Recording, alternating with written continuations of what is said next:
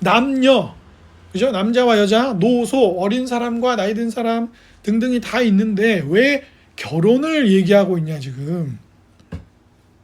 결혼 정년기에 있는 사람들이 많은 것도 아니고 결혼한 사람들이 전부여가지고 결혼을 특별히 다루어야 될 무슨 가정의 달도 아닌데 왜 결혼을 얘기하고 있냐.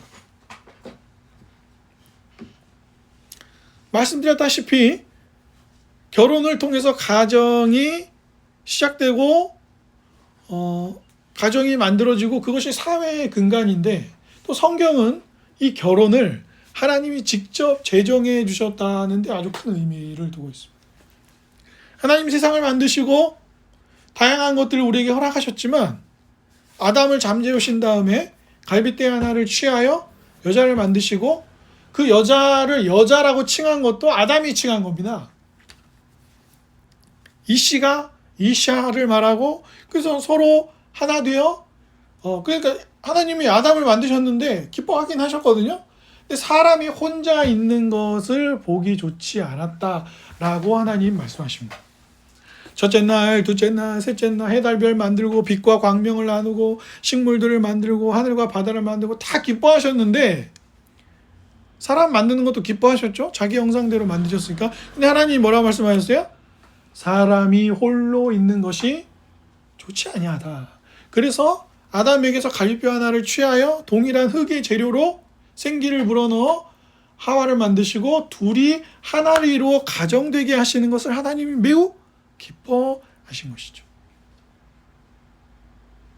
그리고 연애의 초기와는 또 다르게 결혼 생활의 초기를 결혼을 법적 부부가 되고 사람들 앞에서 약속을 한 다음에 결혼 생활을 시작하잖아요. 그때 그 신혼생활을 허니문이라고 말하는 그 신혼생활의 시기를 보내는 부부들을 보면 다들 부러워합니다. 아, 좋을 때지. 좋을 때야. 나도 그때는 참 좋았어. 라고 모두가 동의할 만큼 그 시절에 대한 그 아름다움이 존재합니다. 그리고 그것은 다른 어떤 것과 비교하거나 다른 것이 그것을 대신할 수 없어요. 네. 그리고 이제 부모가 되면 착각을 하는 게 아이를 또 키우는 그 기쁨이 있거든요. 근데 아이를 키우는 그 기쁨의 근간은 결혼이에요. 두 사람의 연합입니다. 두 사람의 연합 없는 생명의 탄생이 어디 있어요? 그리고 아이를 낳는 것만이 아니라 아이를 양육하잖아요. 그죠? 훈육하고 양육하는 데 있어서 이 부부가 둘이 힘을 합치는 거거든요. 그거만큼 더 그런 게 또 없죠. 제가 알고 있기로는 그런 법적 제도나 이런 게 없는 건 아닌데 일본 그 여성분들이나 부부들 중에 어른들이 생각하기에 일정 시간 나이가 될 때까지는 뭐 현대화됐으니까 우리랑 비슷한 면도 있지만 일정 나이가 될 때까지는 좀 누구의 손을 타는 게 아니라 부모가 오롯이 좀 키워야 한다는 그런 게 있고 다른 여러 나라들에도 그런 게 좀 많이 있는 것 같더라고요. 오히려 우리가 좀 더 현대화된 거죠. 그 기초도 두 사람의 연합입니다. 그리고 이 결혼이라고 하는 것은 뭐 이혼, 재혼 등등의 여러 가지 이 사회를 이루는 기초의 사람들의 다양한 현실과 필요들을 다루고 있지만 성경으로 끌고 오자면 에베소서 5장의 고백처럼 결혼이 단순히 두 사람의 연합과 한 가정의 탄생, 그래서 민족과 나라를 구성하는 기초일 뿐만 아니라 성경은 이 결혼을 어떻게 하나님께서 죄인들을 구원하여 그들을 흠없는 주름 없는 신부로서 신랑 되신 하나님이 신부인 그 신랑이신 그리스도가 어떻게 신부인이 죄인들을 새롭게 하여 자기의 신부 삼고야 마는지를 보여주는 연결점으로 설명하고 있기 때문에 우리에게 훨씬 더 중요하게 다가오는 것입니다. 우리는 지난주에 두 가지 사람들의 오해를 생각해 봤습니다. 첫째는 결혼하면 경제적으로 어려워진다. 힘들어진다.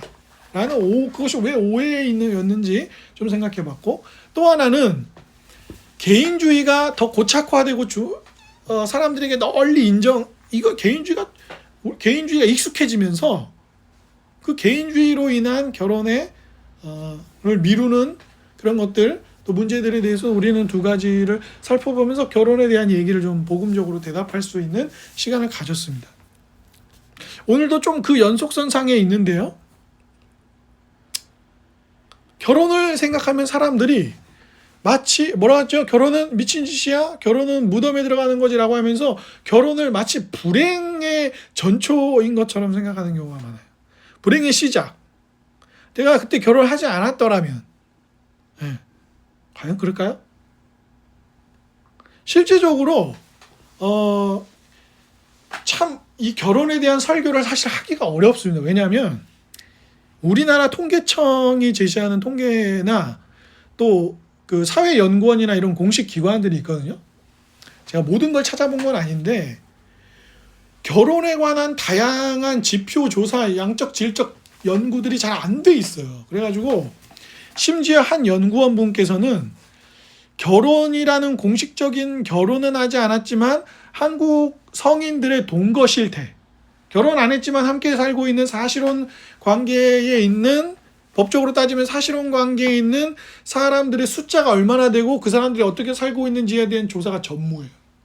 그래갖고 그 소논문에 뭐라고 기록을 해놓으셨냐면 그 연구원께서 동거에 대한 실태 조사가 정확하게 이루어져야만 그로 인한 이 사회의 다양한 문제들이나 구조 문제들이나 이런 거에 대해서 대답을 할 수가 있는데 우리나라는 그런 조사 자체가 잘 안 돼 있다는 거예요.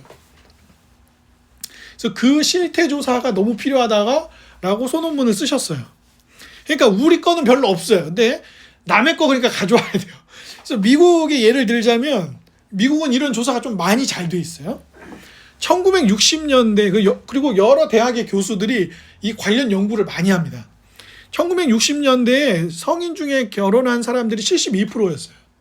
그러니까 10명 중에 성인 10명 중에 7명 이상이 결혼을 했단 말이에요. 근데 2008년도 조사 자료가 있는데 50%까지 떨어졌어요. 그러면 이제는 성인 10명 중에 반 정도만 결혼을 하는 거예요. 반 정도만.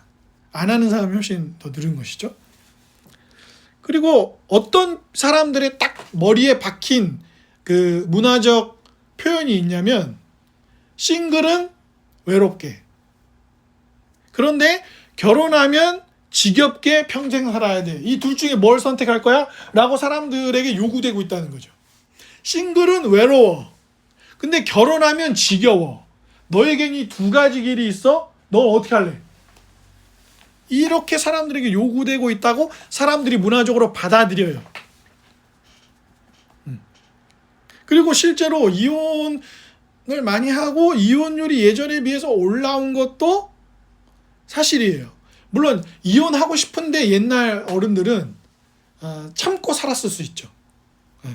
근데 요즘은 이제 안 참고 황혼이든 어쨌든 이혼을 선택하는 것도 늘어났죠. 그러니까 사람들이 전반적으로 결혼은 지겹다는데 이혼율이 올라가고 있어. 전반적으로 여러 가지 야 실제로 결혼하는 사람들의 숫자도 줄었다는데 결혼은 불행인가? 결혼은 잘못된 선택인가? 이에 대한 압박들을 모두가 가지고 있다는 거죠. 왜냐하면 젊은이들한테 추석이나 명제 어른들이 채우리는 결혼은 언제 하니? 그러면 만약에 그 청년들이 어른 세대한테 묻는 거예요. 행복하세요? 나한테 결혼을 그렇게 추천해 줄 만하세요? 라고 얘기했을 때 어른들이 정말 막 흔쾌히 라고 못하는 분위기도 실제 전반적으로 있다는 거죠. 자, 그러면 오늘도 우리가 해야 할 일 중에 하나는 이게 진실이냐는 거예요. 진실이. 가짜 뉴스가 퍼지는 속도는 진실보다 3-4배 빠릅니다. 그런데 더 웃긴 건 가짜 뉴스라고 밝혀지고 진실이 전해지는 데는 훨씬 더 긴 세월이 필요합니다. 훨씬 더 긴 세월. 최근에도 재심 사건을 통해서 무죄 선고 받으신 할아버지 한 분 계셨어요. 재심을 법원에서 결정도 안 할 뿐더러 40년 걸렸대요. 어떻게 할 거예요, 이거? 국가가 40년 동안 이 사람을 범죄자라고 했단 말이에요. 1심, 2심, 3심 다 대법원까지 다 때렸어요. 이 사람이 40년 누가 책임져요? 돈을 엄청 주더라도 40년 돌려줄 수 있어요? 이 사람이 범죄자라는 낙인을 받고 40년 살았단 말이에요. 이제 무죄 때려줬어요. 그런데 검사는 항소를 할까 말까 고민 중이래요.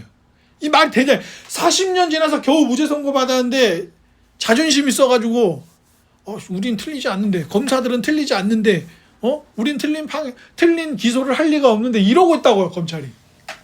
웃긴 일이지 않습니까? 자, 진실은 뭘까요? 결혼한 부부들 중에 60% 이상, 심지어 70% 정도 왔다 갔다 하는 선에서 사람들이 자기가 행복하다고 주관적으로 얘기를 해요. 이거는 어느 한 연구만이 아니라 미국의 시카고 대학을 비롯한 시카고 대학 사회학과를 비롯한 다양한 연구들을 통하여서 물론 해석의 논의도 있고 반대되는 얘기를 제기하는 사람들도 있지만 많은 연구들이 결혼한 부부들 중에 70% 이상이 나는 행복한데? 나는 잘 살고 있는데? 이렇게 이야기하고 있다는 거예요. 그러니까 결혼은 불행해. 무덤에 내려가는 거야. 잠깐만 좋고 그 뒤에는 지겨워라고 말하는, 그리고 사람들이 다 그렇지, 결혼은 그런 거지, 지겨운 거지, 서로 눈치 보면서 힘든 거지라고 고개를 끄덕이는 게 진실에 가까운 건 아니라는 거예요. 심지어 어떤 재밌는 연구가 있냐면 지금 당장은 결혼의 만족도가 떨어져요. 문제가 있다고 생각해요. 그런데 문제가 있다고 생각하는 그 순간에 이혼을 선택하지 않았어. 그리고 5년 정도가 흐르잖아요. 그러면 3분의 2 이상의 부부들이 정상적으로 행복한 삶을 회복합니다. 네. 참는 건 바보 같은 일이야. 지금 너의 행복을 위해서는 이혼해버려야 돼. 이게 답이 아니라는 거예요, 실제적으로.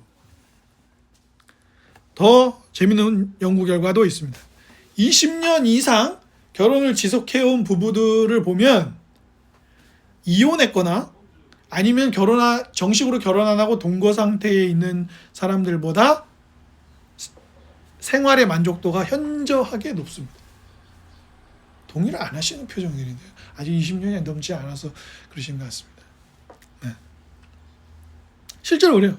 이혼자나 동거 상태에 있는 사람들보다 20년 이상 부부 생활을 지속한 사람들의 생활 만족도가 더 커요. 그러니까 부부들도 누가 죽으면 사람이 제일 충격을 많이 받는다 그러죠?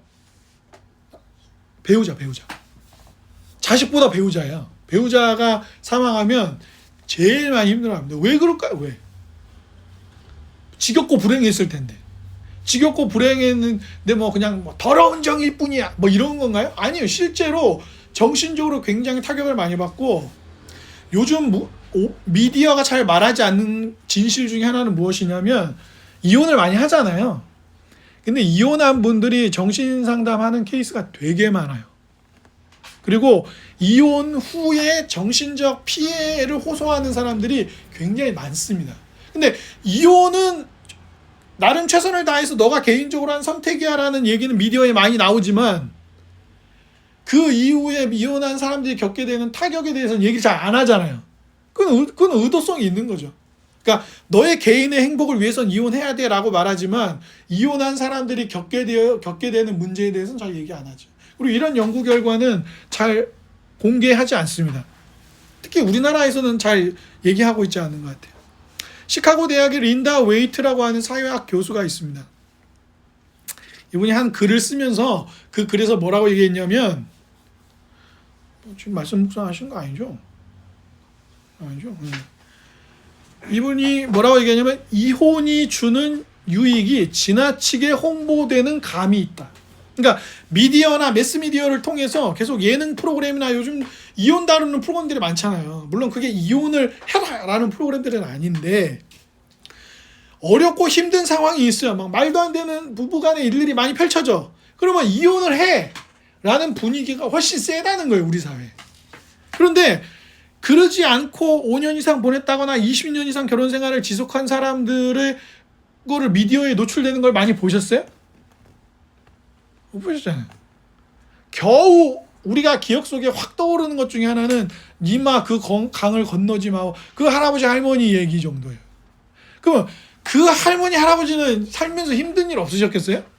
부부싸움 할 일이 없었을까요? 근데 왜 그 다큐멘터리가 그렇게 독립영화로서는 크게 성공하고 왜 사람들의 마음을 이렇게 울렸을까요? 왜 그렇게 많은 사람들이, 젊은이들조차도 그 다큐멘터리를 보면서 왜 울었을까요?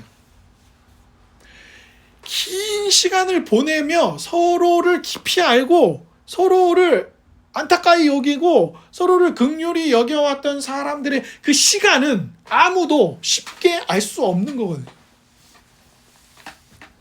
그 시간을 견뎌온 삶을 다 이해할 수가 없어요. 그냥 지금 당장 괴로우니까 현대사회는 뭐라고 말합니까? 괴로우면 피해. 괴로우면 비껴나가야지. 왜 괴로움을 정면으로 마주하지 마. 괴로움을 뚫고 가려고 하지 마. 괴로우면 피해야지. 괴로움을 지워내야지. 그러니까 우리는 우리의 삶에서 괴로움이나 고난을 지워내고 빨리 피하는 거라고 말하는 문화에 익숙해져 있단 말이에요. 지금 현대 사회는 그래요. 근데 성경은 고난을 마냥 피해, 그냥 회피해버려, 도망쳐, 이렇게 말하지 않는단 말이죠. 결정적으로 예수 그리스도께서 죄인들을 위해 십자가를 져야만 했을 때 이 잔을 내게서 옮겨달라고 기도하셨어요, 3번이나. 근데 결정적으로 성경은 다른 측면을 얘기하는데 뭐라 그러죠? 죄인들을 구원하기 위해 예수 그리스도가 십자가의 고난으로 나가는 길을 어떻게 하셨다고요? 그는 기꺼이 가셨다고 얘기해요. 막 억지로 쉬는데 막 아버지가 원하시면 억지로라도 하겠어요가 아니라 그 고난과 죽음과 하나님과 영원히 나누던 교제로부터 단절되시는 삼위 하나님으로서의 것은 너무나도 고통스러운 것이지만, 죄인들을 대신하여 형벌을 받는다는 것은 사실상 말도 안 되는 일이지만, 죄인들을 하나님이 세상을 이처럼 사랑하사 어떻게 했다고요? 독생자를 주셨으니 이는 저를 믿는 자마다 멸망치 않고 구원을 얻게 하는. 아브라함이 옛날에는 고난을 당하면 내 누이예요, 자기 부인을 누이라고 말하고 위기를 피해 다니는 사람이었어요. 근데 나중에 하나님이 엄청난 시련을 아브라함에게 주시죠. 어떻게 합니까?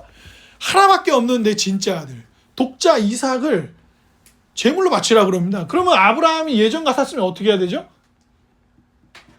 하나님한테 얘는 내 아들이 아닙니다. 뭐 이랬을지도 몰라요. 이래야 했을지도 몰라요. 그런데 아브라함이 토를 달지 않습니다, 하나님께.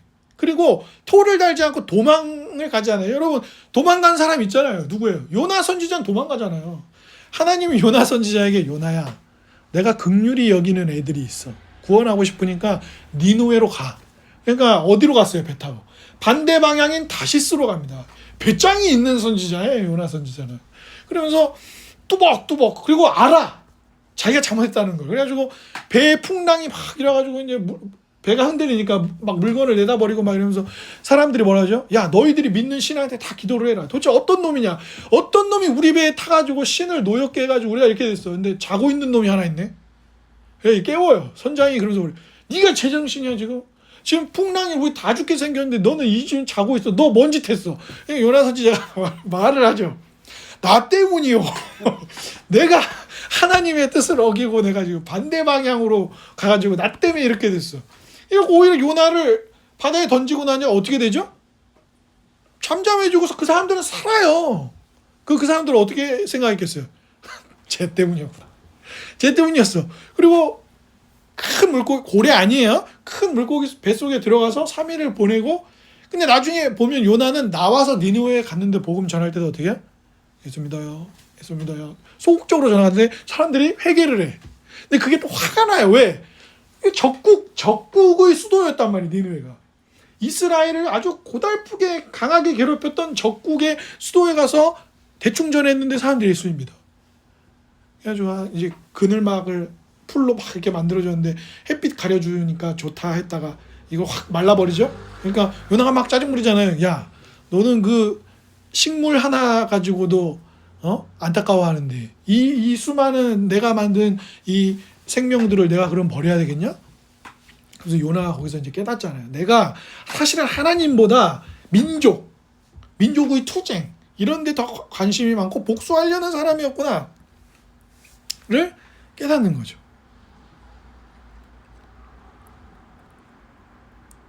주 안에 사랑하는 여러분, 우리는 진실이 아닌 것에 기초에 있어요. 싱글로 외롭게 노래 제목 같네요. 꼭 싱글로 외롭게 결혼해서 지겹게. 어떻게 선택할래? 이혼율은 높아. 결혼 안 한 사람도 늘어가고 있지. 지난주 얘기한 것처럼 경제적으로도 너 되게 안 좋아질걸? 이라고 하는 부정확한 사실. 정반대의 결론들도 많은 일들은 눈 감고 우리는 우리의 문화가 우리에게 말해주는 것에 귀를 기울이는 거죠. 그러니까 저는 이혼율이 높아지는 데는 이 시대의 사람들이 단순히 똑똑한 게 아니라 이 시대의 문화라는 게, 옛날에는 이혼을 함부로 못했던 게 뭐 이혼하면 이혼한 사람이란 낙인이 찍히기도 하고 그것이 부끄러운 일인 것처럼 하는 그런 분위기도, 부정적인 면도 있었겠지만, 근데 그걸 견디고 살아온 분들이 지금 와서 누리는 뭔가도 있잖아요. 근데 그런 측면은 얘기를 안 하고 오늘의 측면은 오늘만의 이야기를 하고 있다는 것이죠. 그런데 에베소서 5장 이제 32절을 보면 교회를 결혼과 연결지으면서 사도 바울이 참 이 비밀이 커 그러면서 감탄을 합니다. 여기서 비밀이라고 말하는, 이 비밀이 크다 할 때 비밀은 미스테리온이라는 헬라어예요. 이게 비밀이야. 쉿. 내 마술의 비법은 너에게 알려줄 수 없어. 이 음식의 레시피. 그래서 콜라도 지금 뭐예요? 대부분의 뭐가 들어간지 성분이 다 밝혀졌어요.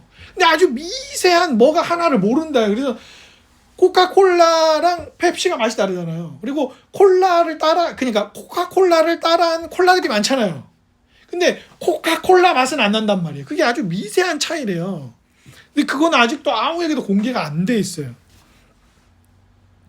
그 비밀이 아니고요.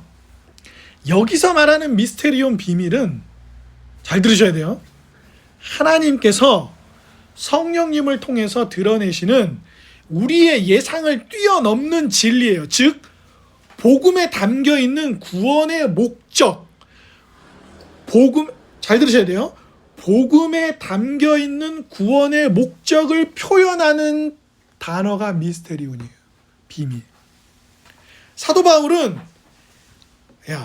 결혼에는 하나님이 우리를 교회 삼고 자신의 신부 삼으시는 복음이 말하는 어떤 구원의 목적이 여기 담겨 있어. 결혼은 뭐예요? 그리스도와 죄를 용서받고 생명을 얻은, 은혜를 받은 사람들 사이에 영원한 관계를 보여주는 역할을 하는 측면이 결혼에 있어요. 즉 우리가 부부 생활을 하고 결혼 생활을 하는 데에는 어떻게 그리스도가 죄인들을 용서하고 하나님 나라의 백성, 자신의 신부로 받아들여서 그 영원한 기쁨의 관계를 만들어가는지가 힌트가 어디 들어있다고요? 결혼 속에 있다고요. 결혼 속에. 그리스도께서 자기를 주는 거예요. 자기를 줍니다. 그래서 하나님이 너는 내 백성이야, 너는 내 아들이야, 너는 내 딸이야 라고 어떻게 하셨어요? 언약적인 사랑을 하시죠. 영원한 약속을 맺으신다고요. 그래서 아브라함을 만났을 때도 너희는 내 백성이 되고 너는 만민에게 복을 흘려보내는 복의 통로가 될 거야. 아담이 하와가 에덴 동산에서 쫓겨날 때도 뱀의 머리를 상하게 하고 너희 후손 중에 한 명이 뱀의 머리를 상하게 하여 이 위기를 벗어나게 할 거야. 다윗에게도 영원히 보좌의 우편에 앉은 참 통치자, 존경받는 다윗 너보다도 더 제대로 된 왕, 제대로 된 선지자, 제대로 된 진짜 대제사장이 올 거야. 그리고 나는 그걸 반드시 이루고야 말 너희의 하나님이야. 나는 너희의 하나님이 되고 너희는 반드시 내 백성이 될 거야 라는 이 언약을 성취하고야만은 하나님의 사랑이 있다는 거예요. 왜? 결혼할 때 무슨 약속을 하죠? 좋을 때나 힘들 때나 건강할 때나 아플 때나, 그죠? 좋고 나쁨의 다양한 비유를 하면서 뭐라고 물어봅니까? 그래도 이 부부로서의 사랑을 충실하게 서로를 사랑할 것을 다짐하십니까? 네. 그 무게감을 모른다 이 말이에요. 그 무게감을. 곁에 40년 50년 지켜온 할머니 할아버지의 사랑은 지겨워 보이죠. 젊은이들이 막 심장 뚜구뚜구거리고 막 한참 피부가 탱탱하고 한참 얼굴이 곱상하고 이럴 때 서로 나눈 사랑에 비하면 그 어른들의 수십 년은 지겨워 보이지는 아니에요. 사랑은 신약 성경에 항상 사랑과 함께 등장하는 단어가 있어요. 뭘까요? 수고예요. 수고. 사랑은 심장이 두근거리고 보면 한눈에 뿅 반하고 그 사람 얼굴 뒤에서 후광이 비치는 그런 게 아니에요. 그런 설레임이 아닙니다. 그러니까 사람을 속일 수가 있잖아요. 데이트할 때 어디로 가면 돼요? 이 사람이 나를 사랑하는 거야 라고 느끼게 할 만한 데이트 장소 어디로 가면 돼요? 놀이공원, 흔들리는 나룻배 타기 이런 데 가면 돼요. 그러면 실제로 신체가 흔들려서 심장이 뚱거리고 몸에 반응이 오는 건데 사람 뭘로 받아들여요? 아, 내가 이 이성 때문에 설레고 있구나. 이렇게 받아들인다는 거예요. 뭐 너무 알려줘가지고 이제 뭐 써먹기도 모호한 방법이지만 그래도 전통적인 방법들이 또 늘 통하기도 합니다. 그게 사랑이 아니라 사랑은 수고하는 거예요. 사랑은 그리스도께서 우리를 위해 자기를 내어주신 것이 사랑입니다. 성경이 뭐라 해요? 사랑은 여기 있으니. 만약에 사랑이 그런 거면 신약 성경에서 사도 요한이 요한일서 같은 거 쓸 때 이렇게 얘기했겠죠. 사랑이 여기 있으니 심장이 뚜껑거리고 1분에 뭐 200번 이상 심장이 뛰고 혈류가 팍팍 돌고 얼굴 오른쪽 왼쪽 볼에 홍조가 들고 말을 떠듬거리고 이렇게 말했겠죠. 근데 아니에요. 사랑은 여기 있으니 너희들이 먼저 하나님 사랑한 것이 아니요 하나님이 너희들을 사랑하셔서 아들을 아낌없이 내어주심으로 사랑한 것이라.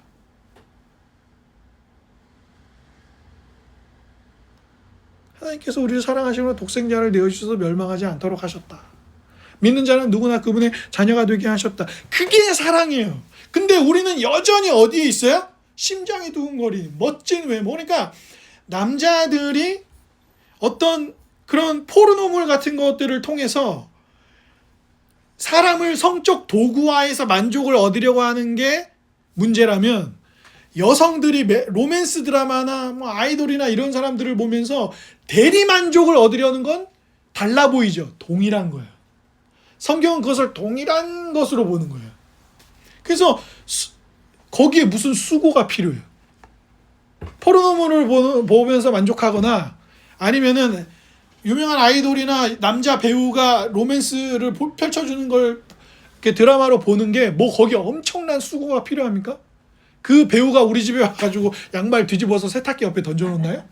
그 배우가 와가지고 설거지 안 하고 음식물 잔뜩 묻혀놓나요? 우리 집에 와서 치킨 뼈 조각을 흘려놓나요? 그런 거 안 한단 말이에요. 소비하기가 쉽죠. 미디어로 소비하는 거예요. 소설로 소비하는 겁니다.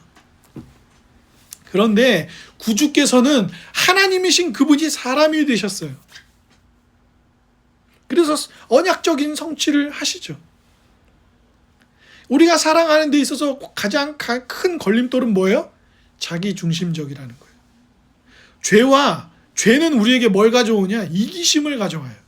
그러니까 결혼은 영원한 언약으로 서로 사랑으로 완전히 헌신하는 것인데 종종 그것을 맛보죠. 막 3시간 걸리는데 나를 데려다주고 3시간 또 집에 돌아가요. 이런 사랑을 맛보기도 해요. 진짜 내가 이 기저귀를 뗄 때까지 부모님이 얼마나 애를 쓰십니까? 안아주고 업어주고 보자기로 메고 애기띠를 메고 유모차를 밀고 이 애기가 걷고 기저귀 뗄 때까지 얼마나 애를 쓰냐고요. 그런데 그런 사랑도 경험한 한편 우리는 너무 이기적인 그런 것도 현실적으로 경험하는 거예요.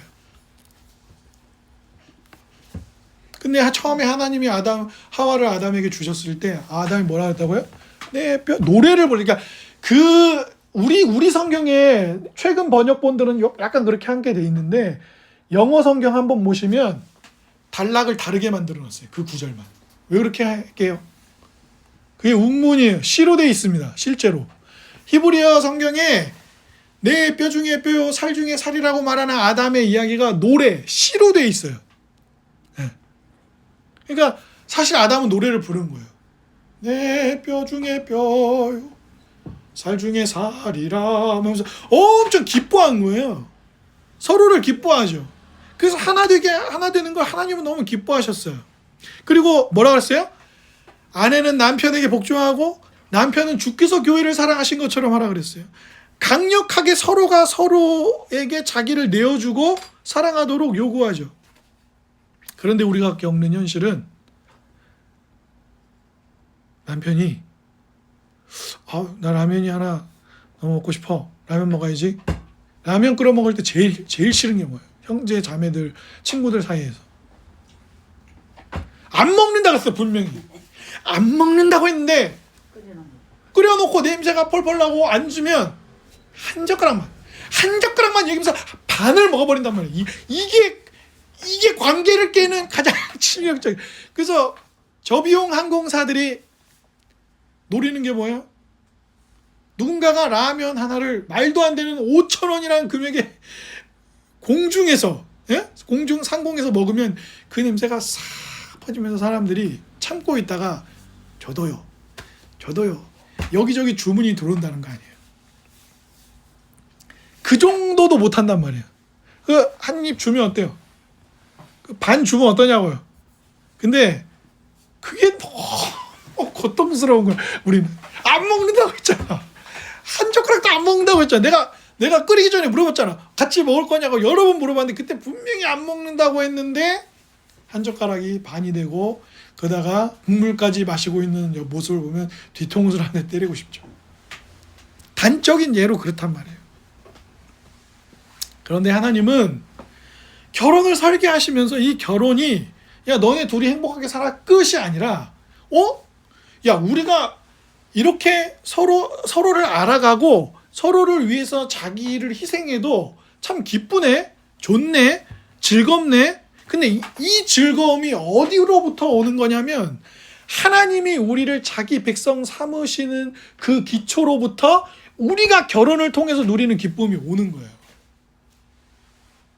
그러니까 교회 안에서도 이상한 일이 벌어지는 거죠. 하나님을 믿으니까 하나님께 헌신해야 돼 이러면서 어떻게 하죠? 교회 일이면 막 사방팔방 뛰어다니고 막 돈도 쓰고 뭐 쓰고 다. 그런데 집에서 아들이나 남편이 여보 우리 치킨 한 마리 먹자. 안 돼! 하나님께 헌신해야지. 뭔 치킨이야! 뭐 이런다든가. 아니면 반대로 자기 남편이랑 자기 자녀가 뭐 하겠다 그러면 막 수십억 때려놓고 막 다 하면서 자기의 시간과 에너지를 다 쓰면서 교회에서 뭐 좀 같이 마음을 모아서 함께 하자 그러면은 너무 교회에 시간을 쓰고 마음을 두고 헌신하는 것도 종교병일 수 있습니다, 목사님. 이런 양극단에 펼쳐지면 그건 뭘 모르는 거죠? 하나님이 죄인들을 구원하여 다시 자기와의 관계 속에서 영원한 신부 삼아서 누리게 하는 기쁨을 결혼과 관계들 속에서 전혀 반영하고 있지 못한 거예요. 그래서 제가 예전에 여러 번 말씀드렸는데 청년들한테 교회에서 청년부에서 무슨 행사가 있으면 일주일 내내 그 회사 다니면서 피곤한데 일주일 내내 와 있어요. 그러면 교회 안 다니는 어머니 아버지가 집에 늦게 들어오면 염려도 되고 그러니까 쏘아 붙이는 거예요. 야, 너는 엄마 아빠가 뭐 이렇게 하면 신경도 안 쓰면서 교회에서 그 뭐 하나 무슨 전도 축제 뭐 이런 거 한다면 그렇게 회사 다니고 피곤한데 밤늦게까지 그렇게 하다가 오냐? 그럼 이제 청년들이 뭐라 그래요? 엄마 뭐라 알아? 그래서 더 조금 이렇게 엇나가 있는 청년들은 뭐라 그래요? 나한테 그런 사탄의 말을 하지 말아줘. 나는 교회 일 하나님 뜻으로 하고 있는 거야. 하면서 서로 싸워요. 그러면 어느 안 믿는 부모님이 그 가족을 보고 신앙이란 성숙해지고 아름답고 복되다고 생각하겠어요. 그러니까 억지로 그러라는 게 아니라 우리를 구원하신 예수 그리스도의 헌신을 우리가 알면 그 사랑은 반드시 누군가를 통해 흘려보내게 돼 있어요. 저는 참 인상적이었던 장면 중에 하나가 그 아들 부시 대통령이 노무현 전 대통령 그 기억하는 추모식에 왔던 거예요. 그 사람이 와서 뭐라 그랬냐면 그림을 선물로 주면서 나는 가장 강한 나라의 대통령이었다. 그래서 사실은 외교를 할 때 어떤 나라의 정상도 나에게 할 말을 다 하거나 그런 사람이 사실 별로 없었다. 내가 안다 그거를. 우리 아버지도 대통령이었고 나도 대통령이었으니까. 근데 이 노무현이라는 사람은 자기 나라랑 국민들을 생각하면 해야 될 얘기면 반드시 내 앞에서 당당하게 하더라. 그래서 내가 기억을 한다. 그리고 내가 그거를 기억하기 때문에 이 사람은 좋은 리더일 수 있겠구나라고 생각을 했고, 그가 안타까운 죽음을 맞이했을 때 바로 오고 싶었는데 오지 못하고 몇 년이 지난 이 추모식에 내가 오게 됐다. 그게 좀 인상적이었어요. 왜냐하면 저도 그렇거든요. 사람들이 그렇잖아요. 어디 가서 막 부장님, 이사님, 사장님 막 이렇게 대접해주면, 그러니까 우리도 식당에 가면 그렇게 되잖아요. 내가 식당에서 알바했을 때는 그런 게 싫으면서도 내가 식당에 가면 손님 왕이지. 나를 바라보는 종업원의 눈빛이 그렇게 긍정적이지가 않아. 점장 나오라 그래. 이런 태도가 우리가 은근히 있거든요. 제가 김치 갖다 달라고 3번 얘기했는데, 그래서 막 짜증스러운 얘기도 하고 그렇단 말이에요. 근데 정치의 세계에서는 뭐 미국 대통령이면 뭐 에어포스원 타고 막 미국 대통령은 항상 미국 대통령 옆에 뭐가 있죠? 핵미사일 쏘는 미사일 버튼을 갖고 다녀요. 옆에 바로 있어요. 그리고 그 암호는 대통령만 알아요. 중간중간 바꾸고요. 그리고 하도 외계인 얘기가 많은 그 51구역. 그래서 빌 클린턴 대통령이나 오바마 대통령이 대통령직 끝나고 나서 무슨 미국의 유명한 그 토크쇼에 나갔어. 그 사회자가. 외계인은 있습니까? 둘 다 뭐라 그러죠? 말할 수 없습니다. 1급 비밀이나 그 특정 비밀들은 제가 말할 수 없습니다. 그 대통령 끝난 이후에도 말하지 못하게 돼 있어요. 특정 사항들은. 그리고 대통령들이 전통적으로 물려받는 수첩도 있어요. 그 수첩에는 역대 대통령들이 중요하다 생각하거나 그런 내용들을 기록해서 이후 대통령들에게 계속 전달하는 것도 있습니다. 사랑하는 여러분, 하나님이 자기를 내어주고 아들을 내어주고 그리스도가 자기를 충만하게 다 내어줄 때 뭘 하는 거예요? 이웃이 되는 거예요. 진짜 좋은 이웃. 그래서 뭐라 했죠? 형제를 위해 자기의 목숨을 버리는 것도 하는 이가 잘 없을 뿐더러 근데 구주께서 사람이 되어 우리를 위해 자기의 목숨을 주셨다, 이렇게 말합니다. 그러니까 그 사랑이 절절히 깨달아질 때, 제가 옛날 어린 시절 교회 다녔던 교회 한 권사님이, 그분 늘 청소만 하셨는데 자주 눈물을 흘리셨어요, 그분이. 그러니까 좀 어린 나이에 전 이해가 안 되는데, 나 같은 죄인을 구원하여 내가 예배할 수 있고 믿음 가지고 살 수 있는데 교회 청소하는 게 참 즐겁다는 거예요, 자기는. 그게 뭐 그렇게 즐겁고 좋은 일이겠어요. 나이 드신 분이 청소하면 힘들기만 하지. 근데 그걸 되게 좋아하시더라고요. 그 어린 나이에 제가 학생으로 보기에는 좀 이상하다. 앞에서 찬양 인도하고 성가대 지휘하고 목사님처럼 설교하고 뭐 이렇게 눈앞에 보이는 거 해서 사람들이 멋져 보여야 좋지. 토요일날 혼자 나와서 청소하는 거 누가 알아줘요? 아무도 몰라줘요. 근데 왜 저걸 좋아하시지? 음지에서 양지를 지향하시나? 그게 아니라 자기가 얻은 구원에 대한 감격이 있을 때 그 일을 하는 것을 기뻐하셨던 거죠. 남들이 알아주든 아니든. 그러니까 그때야말로 뭐예요? 내가 호미를 잘 만들고 내가 최고로 맛있는 잼을, 건강에 좋은 잼을 만들어서 팔고, 그죠? 되게 웃긴 게 그릭 요거트가 아침에 먹으면 좋다고 알려져 있어요. 단백질도 많고. 그래서 그릭 요거트를 만들어서 파는 회사도 많고 개인들이 만들어서 파는 곳들도 많아요. 근데 양질의 그릭 요거트를 판매한다고 소문이 나잖아요. 반드시 성공합니다. AI 시절 되면 그릭 요거트 안 먹어요? AI 시절 되면 AI가 무조건 그릭 요거트를 만듭니까? 관여를 하겠지만 꼭 그런 건 아니거든요. 그리고 사람이 관여를 해요. 그러니까 근데 내가 잘 만든 그릭 요거트가 누군가의 건강에도 좋고 식습관에도 도움이 되거든요. 그것처럼 사랑의 수고는 그런 길들을 만들어가는 거예요. 우리는 관계를 원하고 그 관계 속에서 기쁨을 찾기 원해서 혼자 사는 삶을 선택하기도 하고 친구를 만나기도 하고 여러 의미의 보호자 가족을 만들기도 하고 결혼하기도 합니다. 그런데 이것은 우리를 만드신 하나님이 우리를 신부 삼아 부르신 그 생명의 영원한 관계 속에 있을 때 채워지는 거예요. 친구도 부인도 남편도 자녀도 부모님도 그 누구도 오롯이 자기를 다 내어주는 사랑을 하지 못해요. 그 사랑을, 그리고 그 사랑을 또 잘하는 분들을 보면, 그 김창옥 씨가 늘 얘기하잖아요. 결혼은 이렇게 하라고 말하기 단정짓기 어려운데, 그래도 만약에 결혼을 선택하는 분들이 있다면 난 여러분들에게 이거 하나만 꼭 보라고 하고 싶습니다. 뭐예요? 다정하게 말하는 사람하고 결혼하십시오. 그러니까 특정한 때만 그렇게 하는 게 아니라 평소에도 물론 그런 사람들 중에는 바람둥이도 있는데 의도를 갖고, 근데 평소에 사람들과 대화할 때 다정하게 말하는 사람하고 지켜보다 결혼하라는 거예요. 그거 하나는 여러분들에게 조언으로 해줄 수 있다. 근데 그 다정하게 말하는 사람들의 특징을 뭐라고 그랬죠? 김창욱 씨가? 그 사람들의 가정에 가보니까 그 사람이 어려웠을 때부터 자라던 과정 가운데 다정하게 말하던 사람이 있다라는 거예요. 저는 그 부분에 있어서 좀 약점이 있는 사람이긴 함에도 불구하고 그래도 저희 아들하고 꼭 하루에 2-3번 정도는 사랑한다는 말을 하거든요. 저는 못 들어본 얘기예요. 근데 저는 합니다. 왜냐하면 그런 마음이 있기도 하지만 마음이 있어도 하지 않았을 때 그 결과가 어떤지를 제가 체험하기도 했기 때문에 자주 얘기하려고 해요. 그래서 저는 이 5개 교회 이렇게 모여서 하잖아요. 천국의 아이들 지금 여기 여름 겨울 모임 계속 할 때마다 주변 목사님들이 저한테 하는 얘기가 있어요. 채율이는 싱글싱글 거리는 것도 좋지만 참 사랑이 많은 아이라고.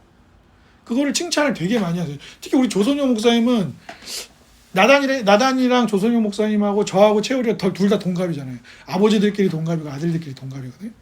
근데 나단이랑 그렇게 좀 그런 관계들이 잘 안 돼서 어렵다고 자기가 잘 못하는 부분이라고 얘기하시는데, 그래서 자기 눈에는 그런 게 잘 보여서 너무 좋아 보인다는 거예요. 그죠? 예, 근데 그 사랑이 잘 될 때는 언제요? 그리스도께서 저 같은 죄인들을 구원하여 아름다운, 그리고 아까 에베소서에 뭐라 그랬어요? 흠이 없고 주름도 없고 주름을 다림질을 쭉쭉 피는 것처럼 사랑하는 것. 그런 신부로 만드는 것. 그런 신부 삼는 것. 반드시 그렇게 하고야 마는 거. 그러니까 창세기 12장의 아브라함하고 이삭을 바치던 22장의 아브라함은 다르잖아요. 수십 년 세월 속에 다르잖아요. 그때의 아브라함을 보고 그 수십 년 후에 아브라함을 예측할 수 있었을까요? 어려워요.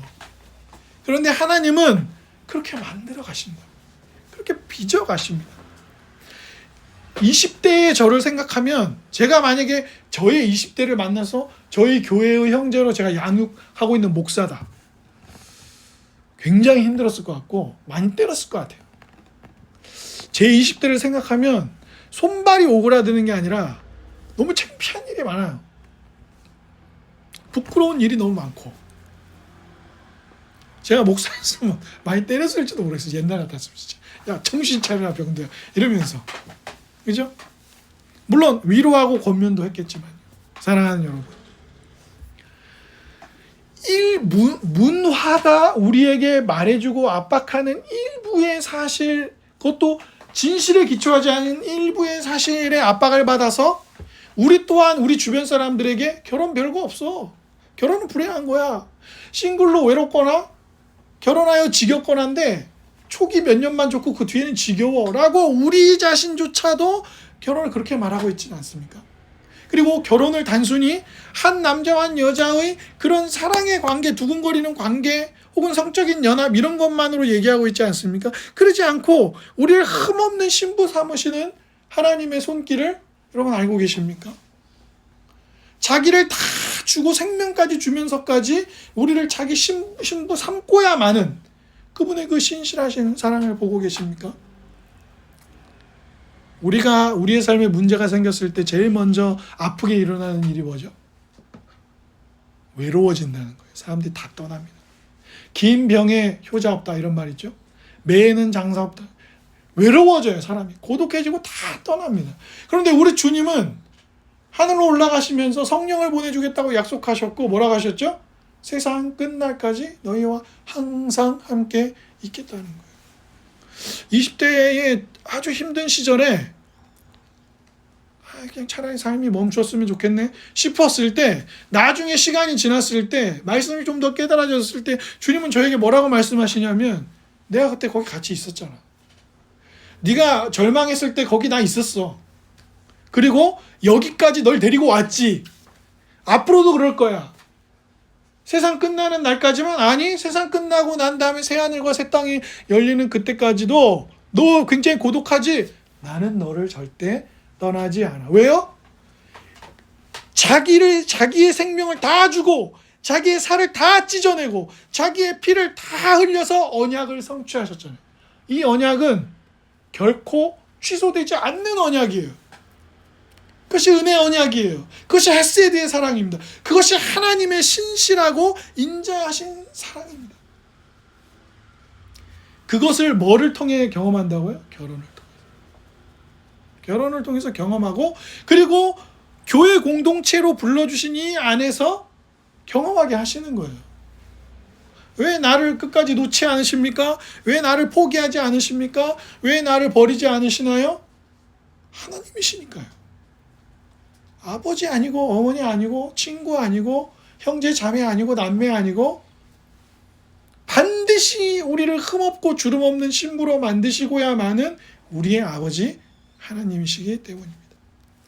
그 은혜가 우리의 마음에 있고 우리의 결혼과 우리의 관계들이 그 빛을 보여주는 그림자이라는 것을 알고 더 일상의 결혼과 가정과 친구들의 관계 속에서도 그것을 더 누리면서 살아갈 수 있는 여러분이 되시길 주님의 이름으로 축복합니다. 아멘.